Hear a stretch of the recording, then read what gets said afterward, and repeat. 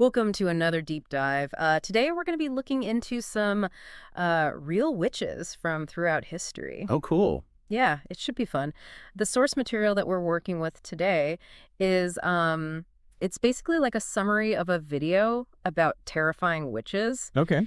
And uh, while the tone of the video is probably going to be kind of like sensationalized and dramatic, Right. we're going to try to dig into it and see what we can actually learn from it historically about these figures. So it's like using these stories to examine like anxieties from that time period. Exactly, yeah. Yeah. So why don't we start with Alice Keitler? Okay. She's from 14th century Ireland. Okay. And apparently she was the daughter of a wealthy lender, and she kind of used her influence to silence anyone who was accusing her of witchcraft. Interesting. Yeah, the source even says she was implicated in the deaths of all four of her husbands.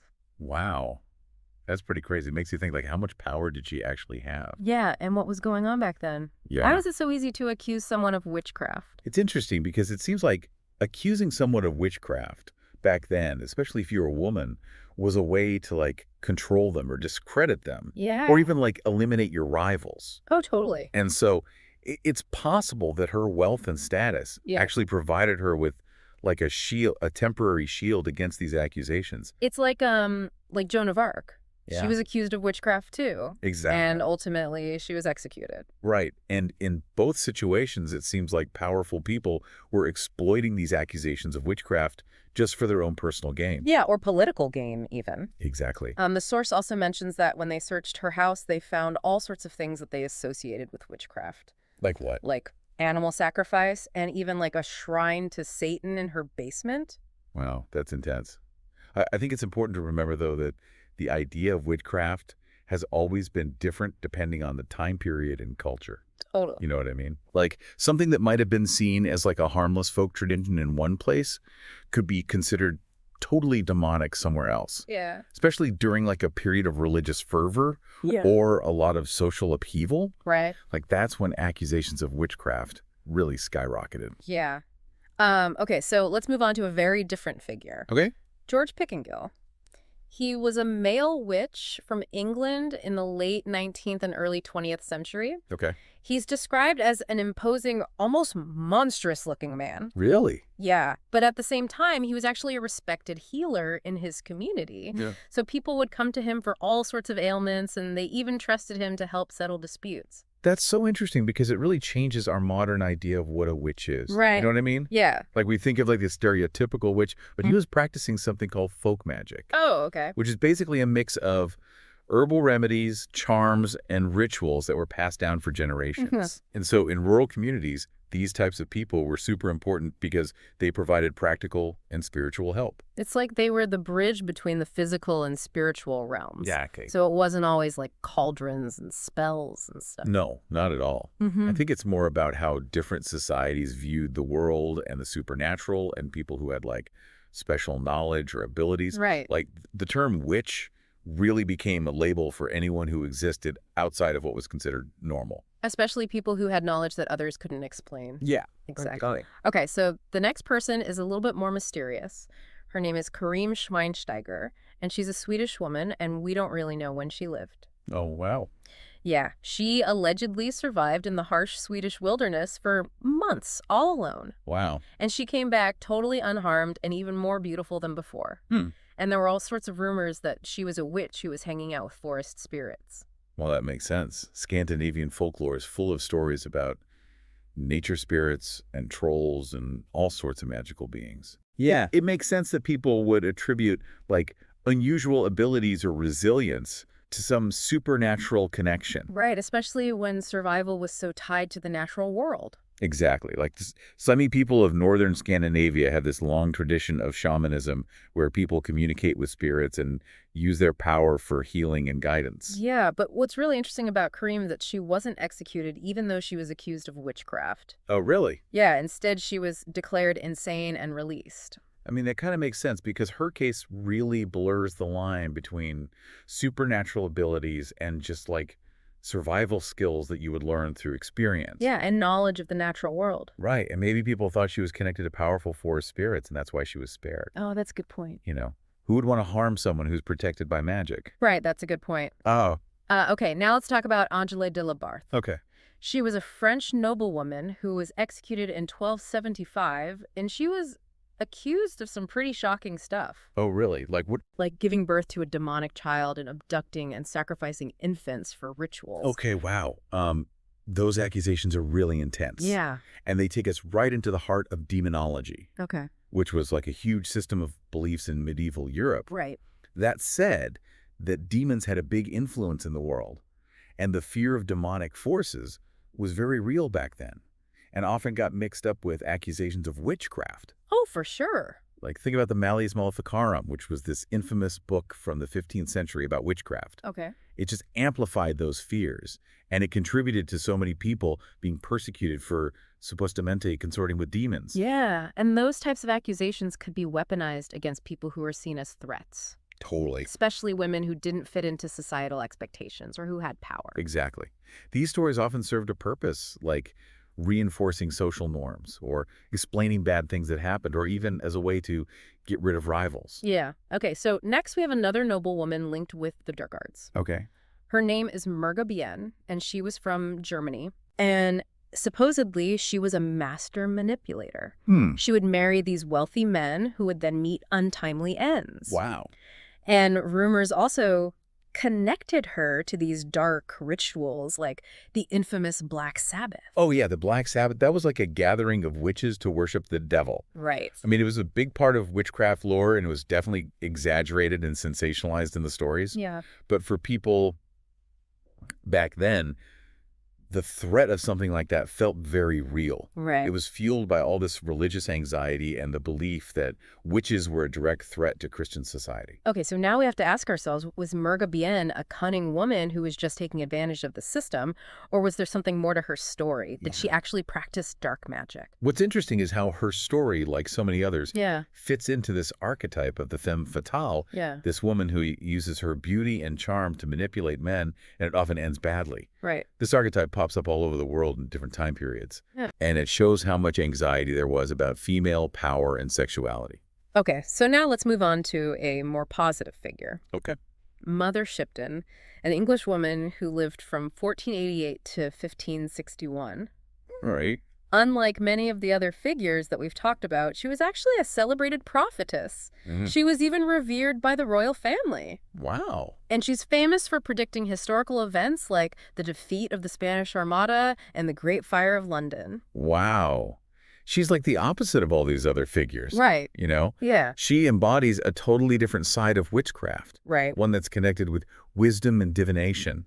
Yeah. Even like a connection to the divine, and the fact that she was accepted by society, even by powerful people, Mhm. shows just how complex and contradictory the attitudes towards witchcraft were back then.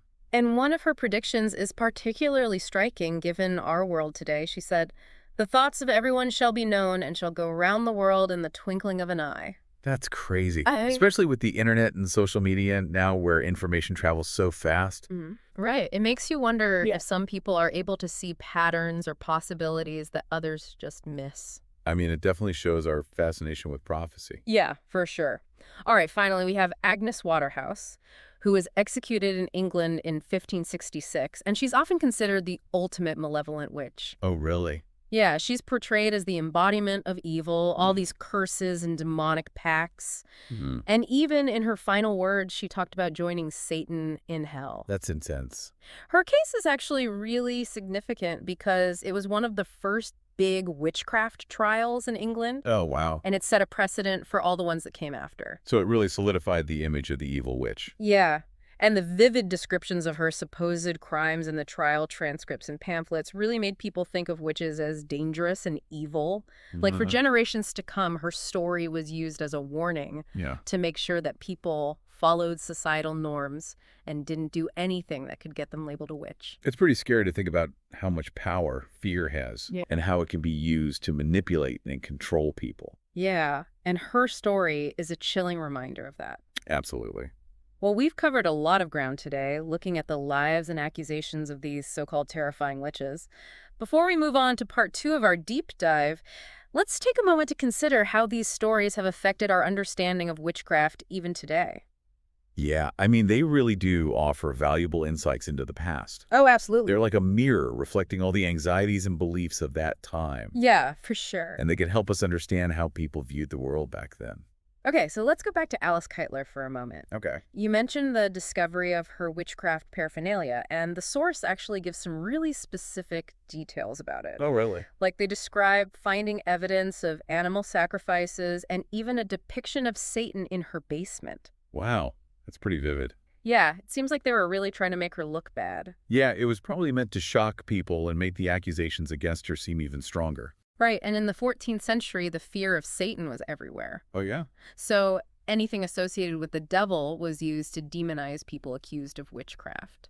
It's interesting, though, that she managed to escape execution.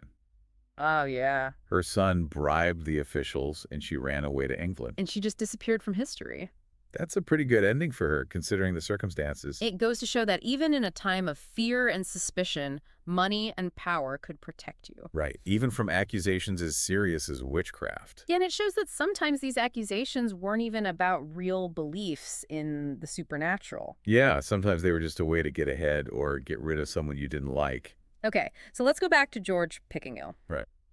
The source says that he was part of a long line of witches going all the way back to the 11th century. Wow. And he was supposedly the last one. That's interesting. The idea of a hereditary tradition of witchcraft is common in folklore. Yeah. It's like this secret knowledge passed down through generations within families or communities. It's like there was this hidden world of magic right alongside regular society. Yeah, exactly.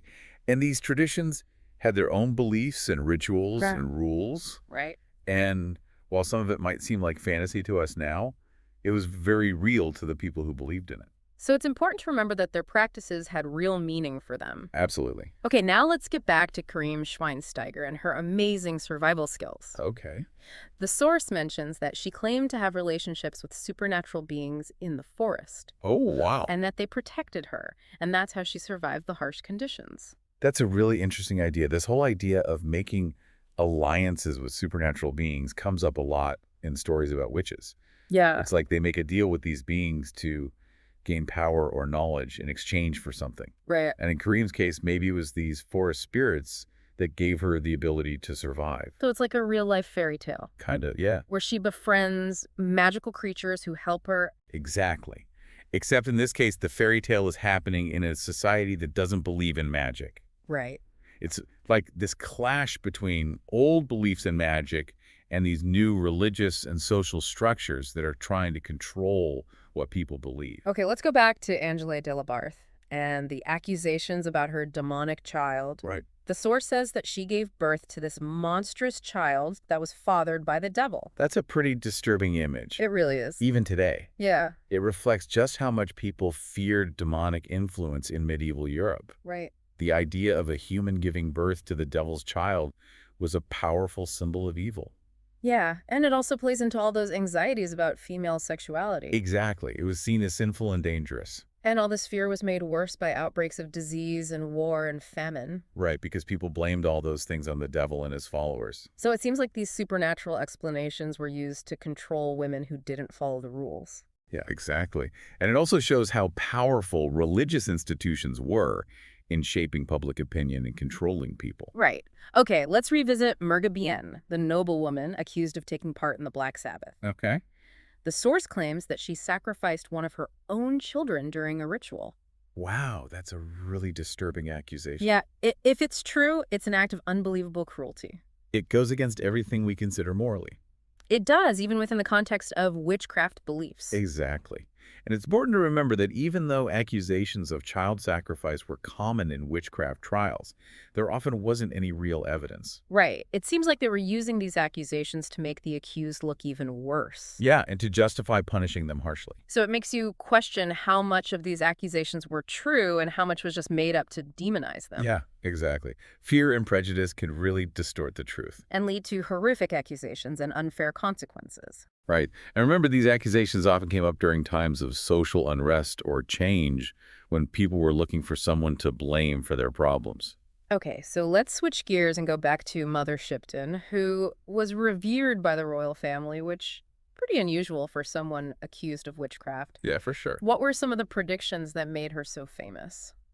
She made predictions about all sorts of things, from natural disasters to big political changes. Okay. One of her most famous predictions was about the defeat of the Spanish Armada in 1588, which is a huge victory for England. Wow. She also supposedly predicted the Great Fire of London in 1666. Really? Yeah, which destroyed most of the city. It's pretty amazing that she was able to see these things coming. I know. It's remarkable. Makes you wonder if she really had some kind of special intuition or insight. It's hard to say for sure whether she really had prophetic abilities or just a really good understanding of history and human behavior. Right. But her story definitely shows how fascinated we are with prophecy. Totally. And that desire to know what's going to happen in the future. Exactly. And maybe those predictions, even if they weren't completely accurate, gave people comfort during uncertain times. Right. And her case shows that not everyone accused of witchcraft was feared or hated. Yeah. Some people, like Mother Shipton, were seen as wise and helpful. And even respected by those in power. Yeah, and maybe that's because her prophecies were about national events and important people That's a good point.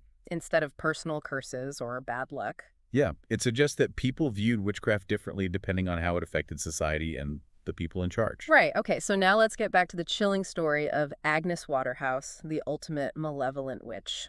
Okay. You mentioned that she was accused of making pacts with demons and casting deadly curses.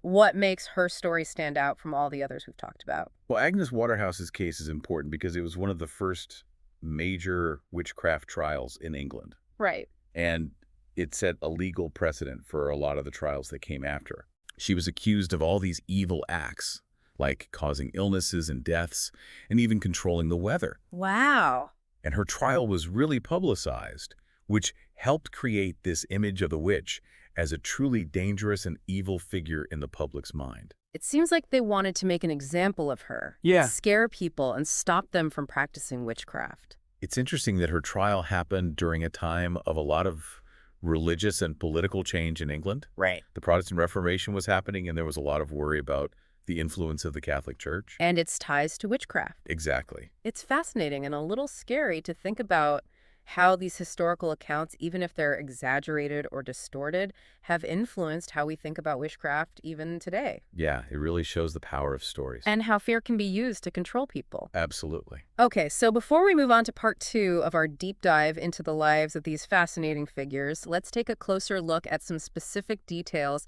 about their alleged practices and beliefs. Sounds good. Okay, so let's start by looking into some more of the specific beliefs and practices of these witches, starting with Agnes Waterhouse. The source says that she confessed to having a familiar named Satan, a cat that was supposed to be her demonic companion. Oh, wow, a familiar. Yeah. That's interesting. In European witchcraft, familiars were thought to be like supernatural entities, usually animals that would help witches with their magic. Oh, so like a magical helper. Yeah, exactly. Like a witch's version of a superhero's sidekick. You could say that, but the belief in familiars also shows how connected people felt to the natural world back then, especially in pre-modern societies. Yeah, that makes sense. Animals were often seen as having special powers or knowledge, and the people who could talk to them or use their abilities were seen as both amazing and suspicious. Right, like in ancient Egypt, cats were considered sacred. They were even thought to be like gods or goddesses. It makes you wonder if some of these familiars were just regular animals whose behavior was misinterpreted because of all the superstition and fear surrounding witchcraft. Yeah, that's a good point. What might have been a normal pet to one person could be seen as a demonic creature to someone else, especially during those times when everyone was afraid of witches. Right. Okay, earlier we were talking about Alice Keitler and how she supposedly used the hair of villagers in her spells. Oh, yeah.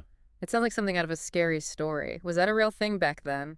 Using hair and other body parts in magic was actually pretty common in different cultures throughout history. Really? Yeah, it came from the belief that those things still had a connection to the person they came from, and you could use them to influence that person for good or bad. So it's like a magical link. Yeah, like a primitive kind of sympathetic magic. But we have to remember that people back then had a different way of seeing the world. Right. The line between the physical and spiritual wasn't so clear. Exactly.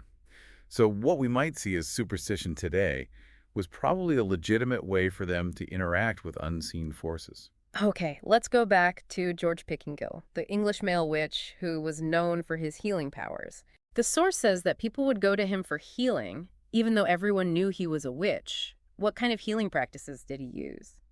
It was probably a mix of traditional folk remedies, herbalism, and rituals. Okay.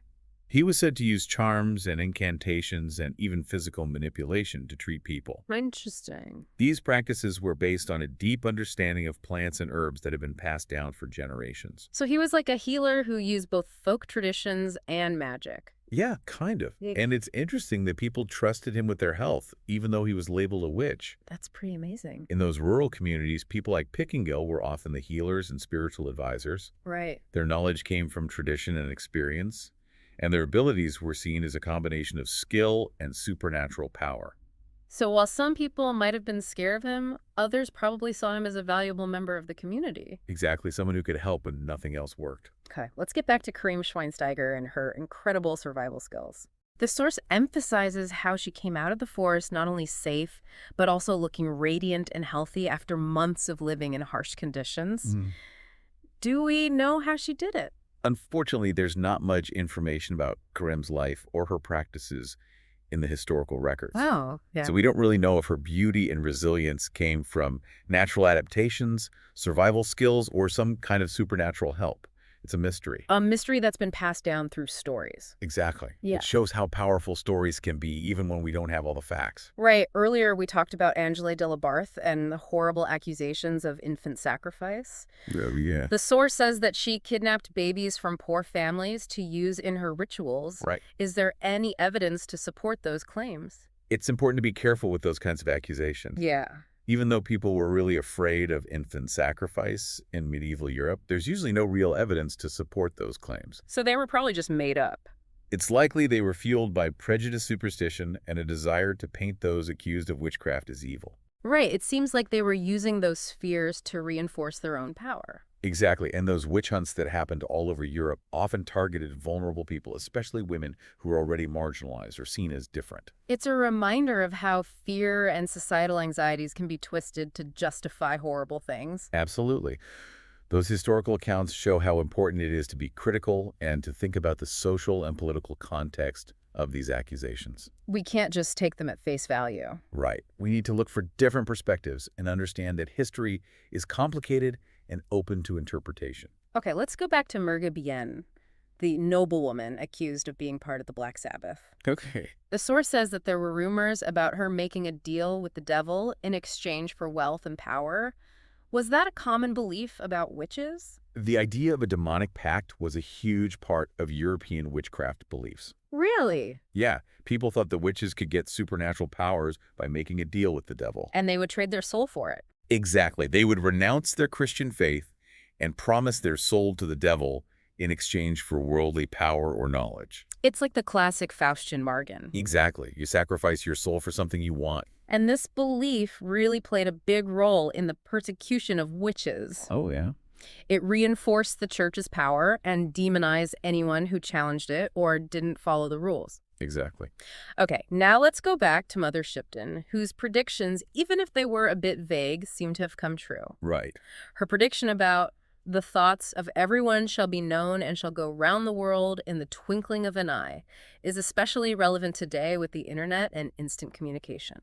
It's crazy how some of these prophecies, even though they were written in the language of their time, seem to be about things that happened centuries later. It makes you wonder if people like Mother Shipton had some kind of special ability to see into the future. Maybe they were just really good at observing patterns and trends. Yeah. But they definitely show how interested we are in trying to understand and predict the future. Okay, and as we wrap up our deep dive into the world of these terrifying witches, let's go back to Agnes Waterhouse, who's often seen as the ultimate evil witch. The source says that she stayed defiant right up until her execution, and even said that she would join Satan in hell. Agnes Waterhouse's story is really fascinating and sad. It is. We don't really know if she actually practiced harmful magic or if she was just a victim of the circumstances and the prejudices of her time. Yeah. But her case definitely shows how dangerous fear, superstition, and the abuse of power can be, especially during times of unrest and uncertainty. It reminds us to be careful with these historical accounts, especially those about witchcraft. Yeah. They can be easily distorted by biases, agendas, and the fears of the time. Right. We have to be critical thinkers and look for multiple perspectives and remember that history is complicated. And that's what makes it so interesting. Absolutely. It's a journey of discovery where we can learn new things, challenge our assumptions, and understand ourselves and the world better. So until our next deep dive, keep exploring, keep asking questions, and keep your mind open to the endless possibilities of the past. All right, so we've been talking about these so-called terrifying witches and all the things they were accused of. But now let's dig a little deeper into some of the specifics about what they supposedly believed and how they practiced their craft. Okay, that's good. Let's start with Agnes Waterhouse, remember her. The source says she admitted to having a familiar named Satan, who was a cat, and supposedly her demonic companion. Right, that's a really interesting concept in European witchcraft. They believed that familiars were these supernatural beings, usually in the form of animals that would help witches with their magic. So like a magical sidekick, like a witch's version of a superhero's trusty companion. Yeah, you could think of it that way, but it also shows how connected people felt to the natural world back then, especially in those pre-modern societies. Yeah, that makes sense. They often believed that animals had special powers or knowledge, and that people who could communicate with them or use those powers were seen as both amazing and dangerous. Right, like in ancient Egypt, they thought cats were sacred. Exactly. They even believed they were like gods or goddesses. It makes you wonder if some of these familiars were just regular animals whose behavior was kind of misinterpreted because people were so superstitious and afraid of witchcraft. Yeah, that's a good point. What might have been a normal pet to one person could easily be seen as a demonic creature to someone else, especially when everyone was on edge about witches. Right, and earlier we were talking about Alice Keitler and how she supposedly used hair from villagers in her spells. Oh yeah, it sounds like something right out of a creepy folktale. It does. Was that actually a thing back then? Using hair and other body parts in magic was actually pretty common in lots of cultures throughout history. Really? Yeah, they believed that those things still had a connection to the person they came from, so you could use them to influence that person in a good way or a bad way. So it's like a magical link, a sort of primitive, sympathetic magic. Yeah, you could say that, but it's important to remember that their whole worldview was different. They didn't see a clear separation between the physical and spiritual realms. Right, so what we might think is just superstition was a real way for them to interact with those unseen forces. Exactly. Okay, let's go back to George Pickengill, the English male witch, who was known for his healing abilities. Okay. The source says that people would seek him out for healing, even though everyone knew he was a witch. So what kind of healing practices did he actually use? Well, it was probably a mix of traditional folk remedies, herbalism, and some ritualistic practices too. Okay. People said he used charms, incantations, and even physical manipulation to treat people. Interesting. So he was drawing on both folk traditions and what we might call magic, and people trusted him even with that witch label. Yeah, it's pretty remarkable. In those rural communities, people like Pickengill were often both the healers and the spiritual advisors. Right. Their knowledge came from years of tradition and experience, and they were seen as having both practical skills and some kind of supernatural power. So even though some people might have been wary of him, others probably saw him as a valuable part of their community. Exactly. He was someone who could help when nothing else worked. Okay, now let's get back to Karim Schweinsteiger and her incredible survival skills. Right. The source makes a big deal about how she came out of the forest, not only unharmed, but looking even healthier and more radiant after months in those tough conditions. Do we have any clue how she managed that? Well, the historical records don't really tell us much about Karim's life or what she did. Oh, okay. So we can only guess whether her beauty and resilience came from natural adaptations, clever survival strategies, or some kind of supernatural help.